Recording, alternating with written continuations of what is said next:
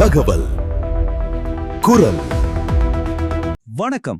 2026 தமிழ்நாடு தேர்தல் அரசியல் களம் ரொம்பவே சூடு பிடிச்சிருக்கு. இதுல என்ன நடக்குது, யார் யாருக்குள்ள போட்டிங்கிறத ரொம்ப சிம்பிளா உங்களுக்கு புரியுற மாதிரி விளக்க போறோம்.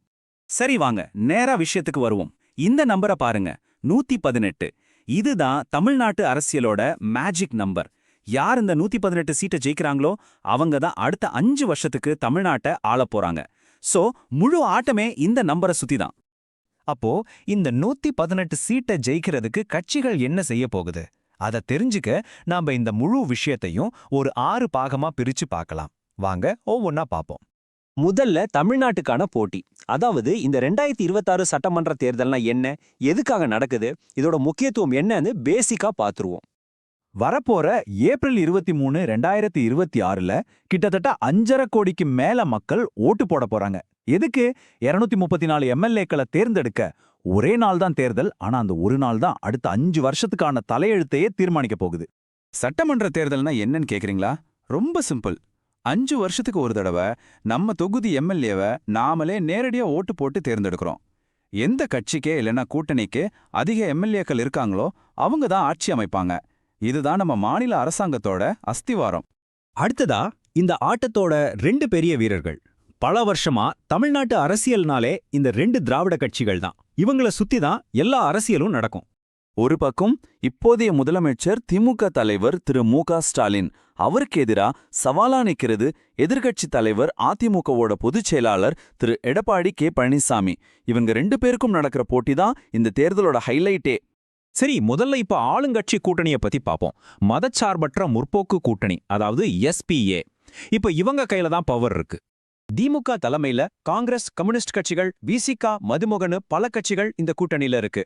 போன 2021 தேர்தல்ல 234க்கு 159 சீட் ஜெயிச்சு ஒரு மாபெரும் வெற்றியோட ஆட்சிக்கு வந்தாங்க. ஆனா அந்த வெற்றியோட அவங்க நிக்கல. 2026 தேர்தலுக்காக இப்போவே கூட்டணிய இன்னும் பெருசா, இன்னும் பலமா மாத்த ஆரம்பிச்சிட்டாங்க. அவங்களோட ஸ்ட்ராட்டஜி ரொம்ப கிளியரா தெரியுது பாருங்க. மக்கள் மத்தியில பிரபலமானவங்களையும் வேற கட்சிகளையும் உள்ள இழுத்து தங்களோட ஓட்டு வங்கியை இன்னும் ஸ்ட்ராங் ஆக்குறது தான். சமீபத்துல நடிகர் கமல்ஹாசனோட மக்கள் நீதி மய்யமும் கேப்டன் விஜயகாந்தோட தேமுதிகவும் இந்த கூட்டணியில சேர்ந்தது இதுக்கு ஒரு நல்ல உதாரணம். ஓகே, இப்போ ஆளுங்கட்சிய பார்த்தாச்சு. அடுத்து அவங்களுக்கு சவால் கொடுக்கிற அதிமுக கூட்டணிய பார்க்கலாம். அவங்களோட பயணம் கொஞ்சம் சுவாரஸ்யமானது, நிறைய ஏற்ற இறக்கங்கள் நிறைஞ்சது. கொஞ்ச நாள் முன்னாடி, அதாவது 2023ல அதிமுக பிஜேபி கூட்டணியை விட்டு வெளியே வந்தாங்க. அப்புறம் 2024 லோக்சபா தேர்தல்ல 2 பேரும் தனித்தனியா நின்னாங்க. ஆனா தமிழ்நாட்டுல ஒரு சீட்டு கூட ஜெயிக்கல. இப்போ அந்த தோல்விக்கு அப்புறம் 2026 தேர்தலுக்காக அதிமுகவும் பிஜேபியும் திரும்பவும் ஒன்னு சேர்ந்துட்டாங்க. அது மட்டும் இல்ல, பாமக, அமமுக மாதிரியான கட்சிகளையும் உள்ள கொண்டு வந்து ஒரு பலமான எதிர்க்கட்சி கூட்டணியை அமைச்சிருக்காங்க. இப்போ இந்த 2 பெரிய கூட்டணிகளும் மோதுறதுக்கு ரெடி ஆயிட்டு இருந்த நேரத்துல யாருமே எதிர்பார்க்காத ஒருத்தர் உள்ள வந்திருக்கார்.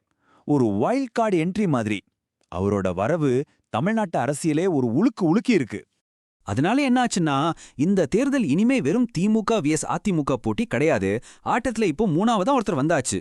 இது ஒரு மும்முனை போட்டியா மாறி இருக்கு. அந்த 3வது சக்தி யாருன்னு தெரியுமா? தமிழக வெற்றிக் கழகம், அதாவது டிவிகே.